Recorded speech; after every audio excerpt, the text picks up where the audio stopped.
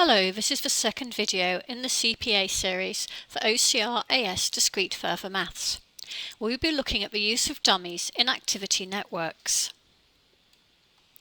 In session 1.1 for CPA, it was stated that activities must be uniquely identified in that no two activities could share both start and completion nodes.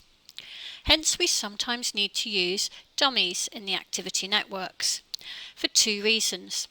Either to preserve the logical order of the processes, or the precedence, or to ensure that each activity is uniquely defined by the ordered pair ij, the starting event and j being the finishing event.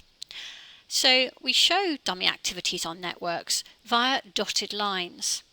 Remember that they have a direction, but no weight. In other words, no duration. So for example 1, there is going to be a dummy needed. As we did in the previous video, we would draw a start node, and from the start node add the activities that can be done immediately. In other words, do not have any preceding activities, in this case A and B.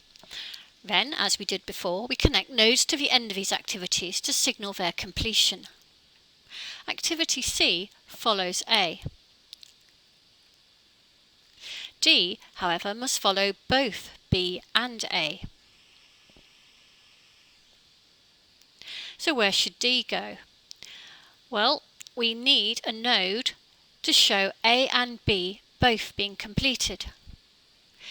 If we add this dummy activity in, then A completion, node 2, in effect is also transferred to that node 3. So node 3 now represents both A and B being completed, and D can start from there.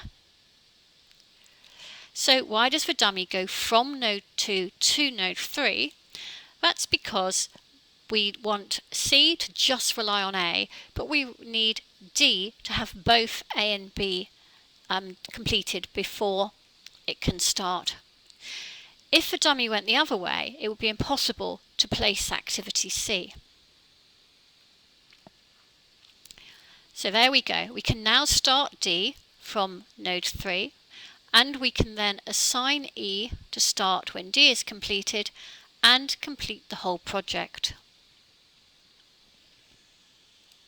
Here is another example. This one will require more than one dummy. You may wish to pause to consider this for yourselves before listening to me complete it. Once again, we would draw the start node and add the activities which can be done immediately, with nodes at the end of those activities. We can see that both C and D must follow A and B, so where does the dummy go?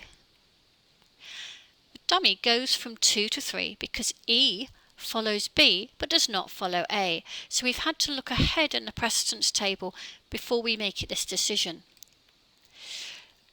So in this case, the dummy means that A and B both finish at node 3, but only B finishes at node 2.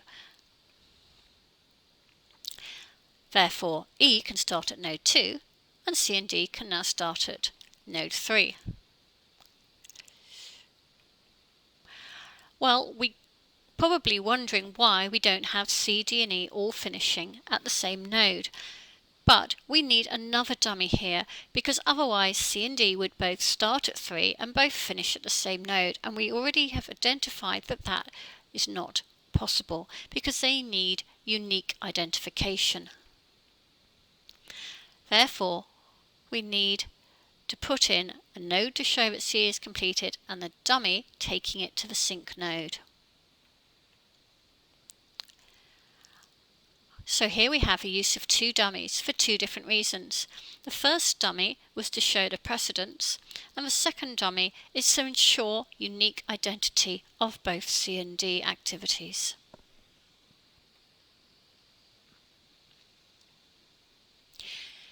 In the next video, 1.3, we will look at how to analyse an activity network.